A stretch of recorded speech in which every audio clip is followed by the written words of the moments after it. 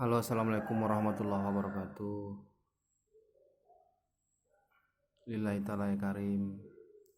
Illahi anta maksudi waridaka ma'lubi. Bismillahirrahmanirrahim. Allahu akbar kabira walhamdulillahi kasira. Wa subhanallahi bukrata wa asila. La ilaha illallah wallahu akbar. Allahu akbar walillahil ham. Sadaqallahul azim. Oke teman-teman, kali ini kita mau cerita tentang polemik polemik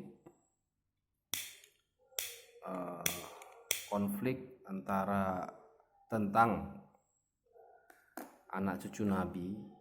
Kita sedikit ya katakanlah cuap-cuap, kuar-kuar atau bernarasi mengenai anak cucu Nabi.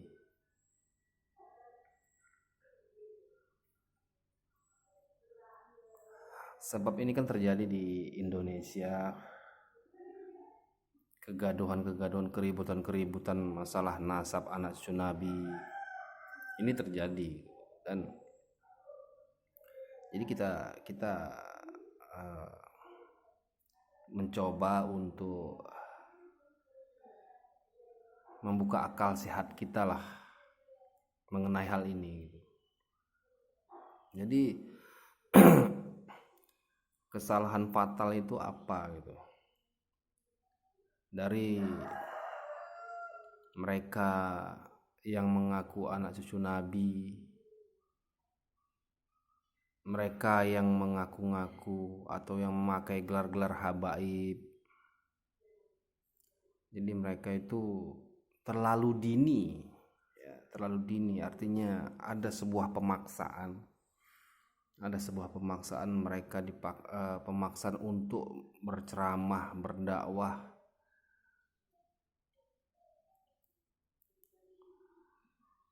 sehingga akibatnya fatal. Akibatnya mereka menjadi perusak bagi agama Islam itu sendiri. Sebab apa? Allah mengatakan, jangan kau pandai mengatakannya saja tapi tak pandai kau memperbuatnya, sungguh besar kutu Allah kepadamu, karena kau hanya pandai mengatakan tapi tak pandai kau memperbuatnya. Itu di dalam surat Sab ayat 2 sampai 3. Jadi para anak cucu Nabi yang mengaku para habaib ini dari sekecilnya sudah dipaksa untuk berceramah, untuk berdakwah, yang mereka sendiri tak ada ilmu. Contohnya, jadi dalam Isra 36 itu kan sudah dikatakan bahwa jangan kerjakan amal apapun kalau nggak ada ilmu. Jadi kita mau berdakwah, kita mau berceramah, ada ilmunya. Bukan pengetahuan yang kita baca, kita hafal, tapi ilmu. Al-ilmu fi qalbi, ilmu dalam hati. Karena yang kita butuhkan tuh ilmu di dalam hati.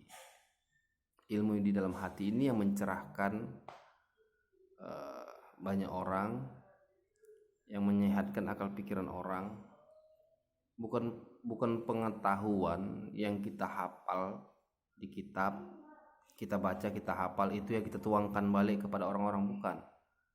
Kalau cuman itu orang kafir juga bisa. Orang kafir tuh baca sejarah, dihafalnya, tinggal mengulang kembali. Bukan itu ilmu.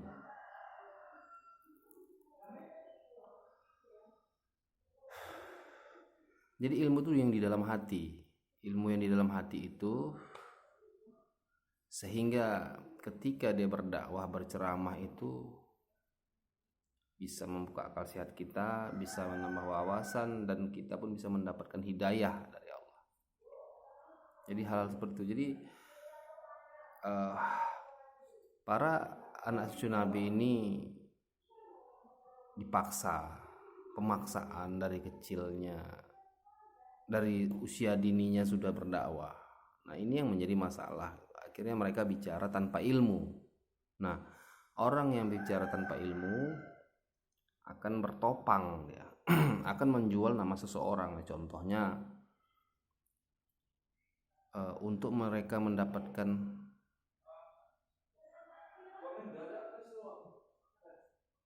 orang mendapatkan kecintaan itu, mereka menjual nama Nabi Muhammad.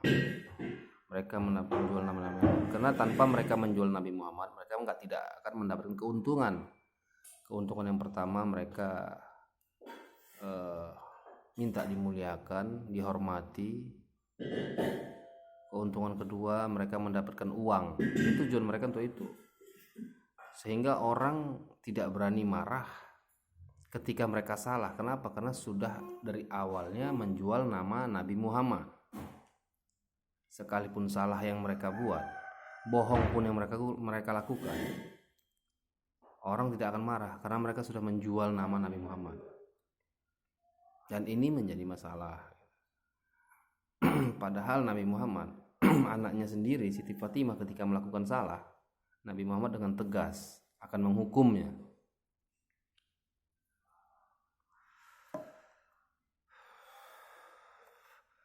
Jadi para anak cucu Nabi, habaib ini orang yang sangat ketakutan tak dapat dihormati, tak dapat dicintai, tak dapat uang.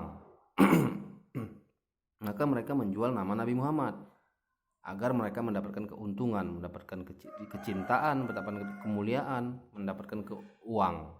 Itulah yang terjadi saat ini. Tanpa itu mereka nggak bisa.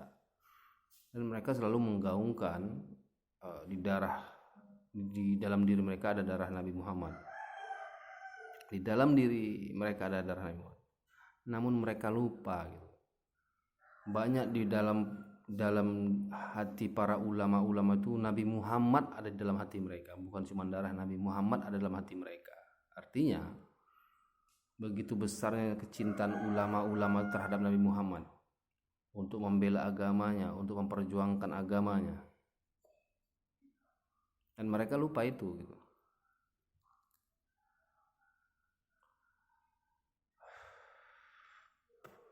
Itu satu hal intinya gitu. Satu hal inti, mereka tuh orang yang sangat ketakutan lah. Ketakutan tak dapat dicintai, ketakutan tak dapat kecintaan, ketakutan tak dapat kemuliaan, ketakutan tak dapat uang. Padahal semuanya itu kehendak Allah. Semuanya itu kehendak Allah. Nabi Muhammad, para rasul-rasul, para nabi-nabi, para ulama warasul anbiya itu dimuliakan Allah karena ketakwaan mereka. Allah memuliakan mereka karena ketakwaannya, bukan karena mulutnya yang kuar-kuar, bukan karena dakwahnya, bukan karena ceramahnya, karena ketakwaannya. Karena mereka orang yang banyak-banyak mengingat Allah, bukan banyak-banyak memerangi, menutup pesantren, menutup pengajian, kan? Karena banyak-banyak ingat Allah lah, makanya mereka mendapatkan kemuliaan dari Allah, dapatkan kemuliaan dari para manusia. Karena kalau sudah Allah memuliakan, sudah pasti wajib hukumnya bagi manusia memuliakan ulama tersebut.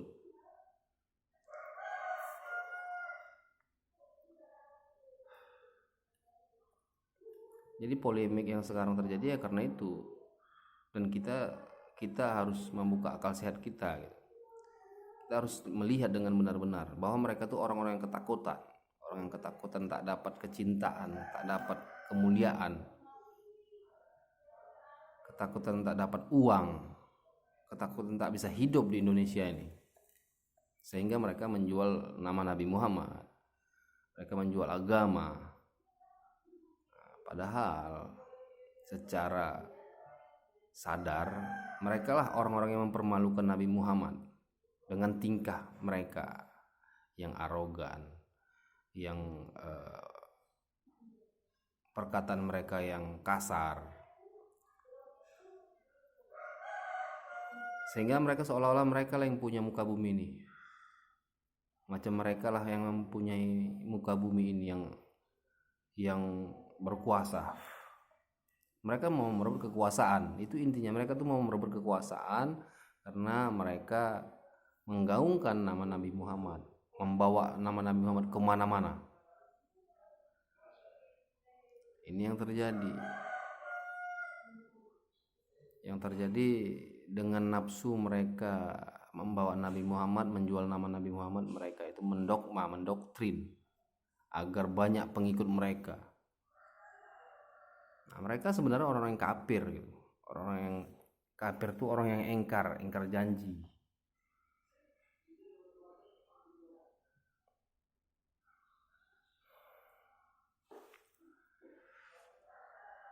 Padahal sudah jelas ya Allah katakan. Padahal Allah yang mengatakan. Ini contoh besar saja. Allah yang mengatakan dalam surah Al-Hujurat 13. Orang yang paling mulia itu orang yang paling takwa di antara kamu.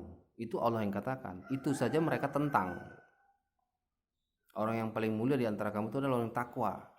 Bukan orang yang banyak koar-koar. Bukan orang yang banyak berceramah.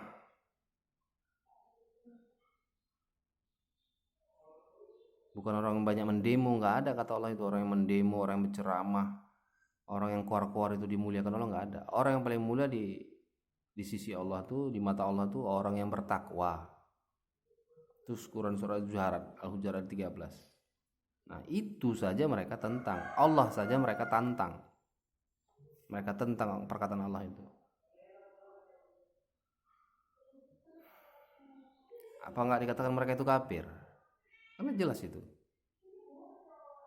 Enggak ada ayat yang mengatakan orang yang paling mulia itu orang yang sering berdakwah, orang yang sering berceramah, orang yang sering mendemo, orang yang sering koar-koar, orang yang sering marah, orang yang cakap kasar. Enggak ada di situ.